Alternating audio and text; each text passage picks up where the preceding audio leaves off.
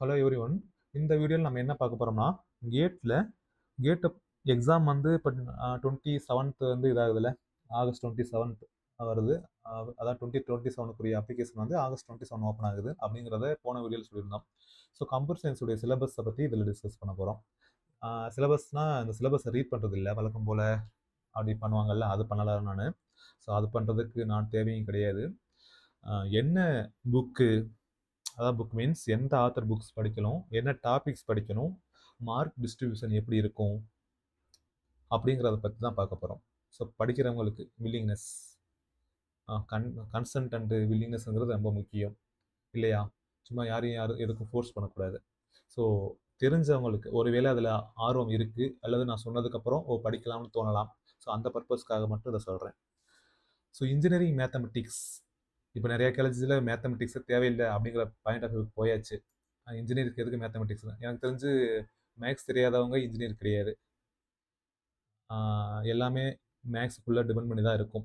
Even including AI ஆகட்டும்.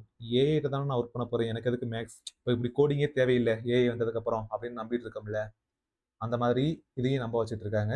பட்டு அது எல்லாமே வந்து மித்து தான், லைக் கடவுள் கதை மாதிரி. ஸோ இன்ஜினியரிங் மேத்தமெட்டிக்ஸை பொறுத்தவரையும் இந்த 4 subject: discrete mathematics, linear algebra, calculus, probability and statistics, இந்த 4 சப்ஜெக்ட் இருக்குது. அந்த 4 சப்ஜெக்ட்டுக்குள்ள இருக்கிற ஃபோக்கஸ் பாயிண்ட் பார்த்தீங்கன்னா, டிஸ்கிரீட் மேத்தமெட்டிக்ஸில் மேக்ஸிமம் மார்க்ஸ் நிறைய வரும். ஓகேவா? தென் இதெல்லாம் எதுக்கு தேவை அப்படின்னு பார்த்தீங்கன்னா, டிஸ்கிரீட் மேத்தமெட்டிக்ஸ்லாம் பார்த்தீங்கன்னா டிஓசி, தியரி ஆஃப் கம்ப்யூட்டேஷன் படிப்போம். அங்கே இதோடைய இந்த செட்டு, ரிலேஷன்ஸு, ஃபங்க்ஷன்ஸ் இந்த மாதிரிலாம் வரும், அங்கே உங்களுக்கு தேவைப்படும். ஓகேவா? ஸோ இந்த மாதிரி மேக்ஸ் இல்லாமல் இன்ஜினியரிங் கிடையாது. அடுத்து பார்த்தீங்கன்னா digital logic and computer organisation, இது 2 செக்ஷன் என்னன்னா ஹார்ட்வேர் ரிலேட்டடான அது. இது ரெண்டுமே என்னது, ஹார்ட்வேர் ரிலேட்டடான சப்ஜெக்ட். இப்போ நிறைய காலேஜஸில் வந்து ரெண்டையும் சேர்த்து ஒரே சப்ஜெக்டாக படிச்சுட்டு வராங்க. நான் படிக்கிறப்பெல்லாம் வந்து தனித்தனி சப்ஜெக்டாக தான் படிச்சுட்டு வந்தேன். ஓகேவா? நல்லா இருக்கும். எஸ்பெஷலி இங்கே இந்த கேமேப் நல்லா இருக்கும். அண்ட் தென் இங்கே பார்த்தீங்கன்னா ஹார்ட்வேர், மைக்ரோ ப்ரோக்ராம், இந்த கேட்ச் மெமரி, மேப்பிங் இதெல்லாம் இருக்குல்ல, இதில் சம்மு நிறையா இருக்கும். சம்மாக தான் கேட்பாங்க. இது கொஞ்சம் நல்லா இருக்கும், ரொம்ப சுவாரஸ்யமாக இருக்கும். அடுத்து வந்து பார்த்தீங்கன்னா ப்ரோக்ராமிங் அண்டு டேட்டா ஸ்ட்ரக்சர்ஸ், அதாவது சியில் பார்த்தீங்கன்னா ரெக்கரஷன், அரேஸு, பாயிண்டர்ஸு அதுலேருந்து வரும். தென் டிஎஸ் கான்செப்ட், தென் அல்காரிதம்ஸு. அப்புறம் பார்த்தீங்கன்னா டிஓசியும் படிச்சுட்டு கம்பைலர் டிசைன் படிக்கிறது தான் பெட்டர். கம்பைலர் டிசைன் இன்னைக்கு நிறைய காலேஜஸில் சிலபஸில் இல்லைன்னு நினைக்கிறேன். ஆமாம். அடுத்து பார்த்தீங்கன்னா ஆப்ரேட்டிங் சிஸ்டம்ஸ், தென் டேட்டா பேசஸ், கம்ப்யூட்டர் நெட்ஒர்க்ஸ். மொத்தம் 10 செக்ஷன் வச்சுருக்காங்க. சப்ஜெக்ட் வைஸ் பார்த்தோம்னா இது ஒரு subject 2, operating system 3, compiler design 4, 5, 6, 7, 8, 9, 10 subject, major subject. இந்த சப்ஜெக்டை தான் கோர் சப்ஜெக்ட் அப்படின்னு கம்ப்யூட்டர் சயின்ஸ் சொல்லுவாங்க, அல்லது ஃபவுண்டேஷன்ஸ் அப்படின்னு கூட சொல்லலாம். ஓகேவா? இன்றைக்கி நமக்கு ஃபவுண்டேஷன் தேவைப்படாது, ஓகேவா, அப்படின்னு நம்பிட்டு இருக்கோம். பட் ஃபவுண்டேஷன் இல்லாமல் அது மேலே எதுவுமே பில்ட் பண்ண முடியாது, அது வேறு விஷயம். இப்போ இந்த சப்ஜெக்ட்ஸ்லாம் எங்கே நீங்கள் படிக்கலாம் அப்படின்னு ஒன்று இருக்குல்ல, எந்த புக்கை ரெஃபர் பண்ணால் பெட்டராக இருக்கும் அப்படின்னு. ஸோ அதுக்கு நான் ஒரு 5 இயர்ஸ் இருக்கும்னு நினைக்கிறேன், 5-6 இயர்ஸ். ஆமாம், அப்போ ப்ரிப்பேர் பண்ண புக்ஸை வச்சு இப்போ தேடி பிடிச்சி எடுத்தேன். ஓகேவா? ஸோ நான் படிக்கிறப்ப மேக்ஸ் பெருசாக ஃபோக்கஸ் பண்ணலை, கொஞ்சம் ஸ்பாட்லேயே வரும் அப்படிங்கிற மைண்ட் செட்டில் விட்டுறது. பட்டு இந்த டிஸ்கிரீட் மேத்தமெட்டிக்ஸும் ப்ராபபிலிட்டியும் என்ன ஆத்தர்னா இந்த கென்னத் ஹெச் ரோசன் அப்படிங்கிற ஆத்தர் புக்கில் discrete mathematics and it's applications அப்படிங்கிற புக் நேம். என்ன சாப்டர்லாம் ரிலவெண்ட்டாக இருக்கும்னு பார்த்தீங்கன்னா 1 to 4.1 to 4.3 அண்டு 6 to 11 இதெல்லாம் ரிலவெண்ட்டாக இருக்கும். இதை வந்து பேஜ் பை பேஜ் நம்ம படிக்கணுங்கிற அவசியம் கிடையாது. லைக் தட் எப்படின்னா, எங்கே இருந்துச்சு சிலபஸ், இங்கே இருந்துச்சா? ஸோ இங்கே இந்த சிலபஸில் பார்த்துட்டு நீங்கள் ஒவ்வொரு டாப்பிக்காக தேடிக்கலாம். தேடி எடுத்துட்டு தென் வந்து ப்ரீவியஸ் இயர் கொஸ்டின் பேங்க் என்கிட்ட இருக்குது. ஃப்ரம் 1987 கேட்ட கொஸ்டின்ஸ் எல்லாம் என்கிட்ட இருக்குது.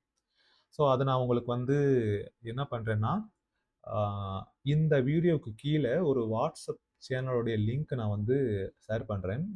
அந்த சேனலை உள்ளே வந்துடுங்க. நான் வந்து அந்த சேனலுக்குள்ளே இதை பிடிஎஃபாவோ அல்லது கூகுள் டிரைவ் லிங்காவோ நான் போஸ்ட் பண்ணுறேன். இன்னும் செட்டப் பண்ணலை. ஓகேவா? நீங்கள் உள்ளே வாங்க, நான் அதுக்கப்புறம் இதை பண்ணி தந்துடுறேன். அதாவது which means previous year question paper. ஓகேவா? ஓகே. தென் வேறு என்ன சொல்ல வரேன்? ஓகே, இந்த சப்ஜெக்ட் தானே பேசிகிட்டு இருக்கோம். ஸோ இந்த சப்ஜெக்ட் பேசுகிறப்ப இது. தென் பார்த்தீங்கன்னா டிஜிட்டல் லாஜிக் வந்து பார்த்தீங்கன்னா மோரிஸ் மனோ. ஸோ அதில் இந்த செக்ஷன்ஸ்லாம் ரிலவெண்ட்டாக இருக்கும். அடுத்து ப்ரோக்ராமிங் இன் சி. இதில் எப்பவுமே டென்னிஸ் ரிச்சி தான். டிஎஸை பொறுத்தவரையும் இந்த ஆத்தரில் இன்ட்ரொடக்ஷன் டு அல்காரிதம்ஸ் அப்படிங்கிறது, தியரி ஆஃப் கம்ப்யூட்டேஷனில் மைக்கேல் சிப்சர், கம்ப்யூட்டர் நெட்ஒர்க்ஸ்க்கு வந்து பீட்டர்சன் அண்டு டேவி. இன்னொருத்தர் இருப்பார், அவர் பேர் மறந்துட்டேன், ஃபெரோசான் சம்திங் இருக்கும். அடுத்து கம்ப்யூட்டர் ஆர்கனைசேஷனுக்கு John L Hennessy, David Patterson. அவங்க அந்த புக்கோட பேர் இதுதான். இந்த சாப்டர்ஸ் மட்டும் நீங்கள் இது பண்ணலாம். இது வந்ததே அடுத்து இன்னொரு ஆத்தர், அவங்க கேர்ல் கேமச்சர் அப்படிங்கிறவங்க. அது சாப்டர் 4ல் ஐஓ அப்படிங்கிற டாபிக் மட்டும் நீங்கள் படிக்கலாம். Operating systems, Abraham Silberschatz. இந்த புக்கு பார்த்தீங்கன்னா முன்னாடி வந்து ஒரு டைனோசர் அப்படி தலையில் இருக்கும், அது அப்படி நிற்கும். ஸோ அந்த புக்கு படிக்கும் போதுலேருந்தே இந்த புக்ஸ் தான் யூஸ் பண்ணுவாங்க காலேஜஸில் டெக்ஸ்ட் புக்காக. இன்னுமே சிலபஸில் டெக்ஸ்ட் புக் இதுவாக தான் இருக்கும். பட் பெரும்பான்மையாக யூஜி படிக்கிறவங்க யாரும் டெக்ஸ்ட் புக் யூஸ் பண்ணி படிக்கிறது கிடையாது. ஆனால் நல்லா இருக்கும் இந்த புக்கு. இதில் தான் வந்து அந்த பேங்கர்ஸ் அல்காரிதம், டெட்லாக்கு, இந்த கதையெல்லாம் நல்லாயிருக்கும். டிபிஎம்எஸை பொறுத்தவரையும் இந்த புக்கு, இந்த ஆத்தருடைய புக்கு, கம்பைலர் டிசைனுக்கு இவங்க. ஸோ இந்த புக்கெலாம் வந்து சில புக்ஸ் மேக்ஸிமம் ஒரு 80% புக் வந்து என்கிட்ட சாஃப்ட் காப்பி இருக்குது. ஸோ அதுவுமே நான் வந்து ஆர்கனைஸ் பண்ணி தரேன். இன்னும் இப்போ ஆர்கனைஸ் பண்ணி இல்லை, தனித்தனியாக அங்கங்கே இருக்குது. நான் படிக்கிறப்ப எடுத்து வச்சது. நான் தேடி தரேன். ஓகேவா? அது போக இப்போ மேக்ஸில் வந்து பார்த்தீங்கன்னா டிஸ்கிரீட்டுக்கும் ப்ராபபிலிட்டிக்கு மட்டும் தான் சொன்னோம். இன்னுமே டிஸ்கிரீட்டுக்கு வந்து கென்னத் பண்ணமா. அடுத்து பார்த்தீங்கன்னா லீனியர் அல்ஜிப்ராக்கு டேவிட் சேலே. அடுத்து கால்குலஸ்க்கு ப்ராபபிலிட்டிக்கு வில்லியம், மறுபடியும் செல்டன் ரோஸ். இவங்க புக்ஸும் நல்லா இருக்கும். எல்லாமே அப்படியே பேஜ் டு பேஜ் படிக்கக்கூடாது. அப்படி படிச்சுலாம் மொத்தமாக கிளியர் பண்ண முடியாது. சிலபஸை வச்சு மேட்ச் பண்ணிட்டு என்ன அப்படிங்கிறத அண்டர்ஸ்டாண்ட் பண்ணிக்கணும். தென் கொஸ்டின் பேப்பரை பார்க்குறப்ப இந்த கொஸ்டின் நம்மளால் புரிஞ்சுக்க முடியுதா அப்படின்னு பார்க்கணும். அடுத்து ஃபர்தராக என்ன பண்ணணும், அதுக்கு ஆன்சர் பண்ண ட்ரை பண்ணணும். அதாவது சொல்யூஷன் எழுத ட்ரை பண்ணணும். நீங்கள் அப்படியே லைன் பை லைன் படிச்சுட்டு அப்படி கிளியர் பண்ணலான்னா அது அப்படியே போயிட்டே இருக்கும். ரொம்ப கஷ்டம். எந்த ஆர்டரில் நீங்கள் படிக்கலான்னா டிஸ்கிரீட் மேத்தமெட்டிக்ஸ் படிங்க. அங்கே வந்து உங்களுக்கு டிஓசிக்கு ஹெல்ப் பண்ணும். ஓகேவா? இல்லை நான் இந்த மேக்ஸை வந்து பின்னாடி பார்த்துக்கிறேன்னா தாராளமாக விட்டுருங்க. டிஎஸ் படிக்கணும் அப்படின்னா சி தெரிஞ்சிருக்கணும். அல்காரிதம்ஸ் படிக்கணும்னா நீங்கள் டிஎஸ் தெரிஞ்சிருக்கணும். ஸோ இந்த கால்குலேஷனில் இப்போ நீங்கள் படிச்சீங்கன்னா மேக்ஸ் நான் அப்புறமா பார்த்துக்கிறீங்க, இல்லை எனக்கு கொஞ்சம் மேக்ஸ் நல்லா வரும், இந்த டாபிக்ஸை பற்றின ஐடியா இருக்குது அப்படின்னா நீங்கள் விட்டுருங்க. பட் இது சி, அடுத்து டிஎஸ், அடுத்து அல்காரிதம்ஸு, அப்புறம் தியரி ஆஃப் கம்ப்யூட்டேஷன். இந்த தியரி ஆஃப் கம்ப்யூட்டேஷன் படித்ததும் நீங்கள் என்ன படிக்கலாம்னா கம்பைல் டிசைன் படிக்கலாம். ரெண்டும் கிட்டத்தட்ட நல்லா ஜாலியாக இருக்கும். ரெண்டுக்கும் சேர்த்துக்கு எவ்வளோ மார்க் வரலாம்னா மேக்ஸிமம் வந்து கேட்டில் பொறுத்தவரையும் ஒரு 15 to 16 மார்க் எக்ஸ்டெண்ட் பண்ணலாம் இந்த ரெண்டு சப்ஜெக்டையும் சேர்ந்து. டிஎஸ் இதில் டிஎஸ்ல மட்டுமே ஒரு 8 to 9 அந்த ரேஞ்ச் எதிர்பார்க்கலாம். மார்க் டிஸ்ட்ரிபியூஷன் பற்றி சொல்லிட்டு இருக்கேன். அப்புறம் வந்து நீங்கள் ஓஎஸ் படிக்கலாம், டிபிஎம்எஸ் படிக்கலாம், கம்ப்யூட்டர் நெட்ஒர்க்ஸ். அதே மாதிரி கம்ப்யூட்டர் ஆர்கனைசேஷன் ஆர்கிடெக்சர் படிக்கிறதுக்கு முன்னாடி டிஜிட்டல் லாஜிக் படிச்சுட்டு வாங்க. அப்போ தான் கொஞ்சம் நல்லாயிருக்கும். ஓகேவா? இது ரெண்டும் லைக் இணைந்த கைகள் மாதிரி. அதே மாதிரி டிஓசியும் கம்பைலர் டிசைனும் சேர்த்து படிக்கிறது பெட்டர். அப்படி டிஓசியும் கம்பைலர் டிசைனும் படிக்கிறதுக்கு முன்னாடி இந்த டிஸ்கிரீட்டில் வந்து லாஜிக்ஸ், செட்ஸ், ரிலேஷன்ஸ்லாம் என்னன்னு பார்த்துட்டு வந்துட்டேன்னா இன்னும் கொஞ்சம் பெட்டர். அது மாதிரி இவங்க மூணையும் குரூப் பண்ணி படிக்கிறது பெட்டர். ஓகேவா? நீங்கள் எல்லாத்தையும் ஏற்கனவே சொன்ன மாதிரி தான் லைன் டு லைன் படிக்கலுங்கிற அவசியம் கிடையாது. என்ன பண்ணலாம், அந்த டாபிக்ஸை வச்சு லைக் இப்போ உதாரணத்துக்கு நம்மக்கிட்ட வந்து ஃபார் எக்ஸாம்பிள் இப்போ அல்காரிதம்ஸை சர்ச்சிங் சார்ட் படிக்கிறோம்னா இந்த சர்ச்சிங்கில் என்னென்ன சர்ச்சிங் இருக்குது, இப்போ அசமெட்டிக்கில் நொட்டேஷன்ஸ் இருக்குல்ல, best case, worst case, time complexity, space காம்ப்ளெக்சிட்டிலாம் இருக்கும். மொத்தம் 3 கேசஸ் இருக்கும். அதை படிக்கிறோம்னா அந்த டாபிக்னா ஃபஸ்ட்டு என்னன்னு பார்த்துக்கலாம். அதே மாதிரி இந்த டைனமிக் ப்ரோக்ராமிங்கில் டிவைடட் அண்ட் கான்க்யூர் மெத்தட்லாம் நல்லாயிருக்கும். இதில் தான் அந்த பேக் ட்ராக்கிங் இதெல்லாம் வரும்னு நினைக்கிறேன். ஒரு கொஸ்டின் பேப்பர் வேணுன்னா நம்ம பார்க்கலாமா? ஸோ இப்போ என்கிட்ட இருக்கிறது பார்த்தீங்கன்னா இந்த கொஸ்டின் பேங்க் பார்க்குறப்ப ஓகே இப்போ அல்காரிதம்ஸ் இப்போ 2026ல் 2 செட்டு கொஸ்டின் வந்திருக்கு. 1 மார்க் வந்து ஒரு 4, 2 மார்க் வந்து ஒரு 6, மொத்தம் 16 மார்க் வந்திருக்கு அல்காரிதம்ஸில் மட்டும். செட் 1ல் 16 மார்க்கு, செட் 2ல் 12 மார்க் வந்திருக்கு. ஸோ அதோடைய மெயின் பாயிண்ட் இந்த பிடிஎஃப் உங்களுக்கு நான் நோட்ஸாக தந்துடுறேன். ஸோ சும்மா என்னென்னு ஜென்ரலாக சொல்லிவிட்டு தென் கொஸ்டின்ஸ் கேட்டிருக்காங்க. நீங்கள் இதை ப்ரிப்பேர் பண்ணணும் அப்படிங்கிறது சும்மா பொழுதுபோக்குக்கு ப்ரிப்பேர் பண்ணுறதுலாம் வேஸ்ட், டைம் வேஸ்ட், கம்ப்ளீட்டாக வேஸ்ட்டு. இதுக்குன்னு நீங்கள் ரொம்ப அப்படி ஆத்மார்த்தமாக ப்ரிப்பேர் பண்ணால் தான் நடக்கும். வெறியுண்டு படிக்கணும் அப்படின்னு சொல்கிறேன். நீங்கள் வந்து சும்மா என்கிட்ட இது இருக்குது அப்படின்லாம் உட்காந்துருந்தீங்கன்னா வாய்ப்பே இல்லை.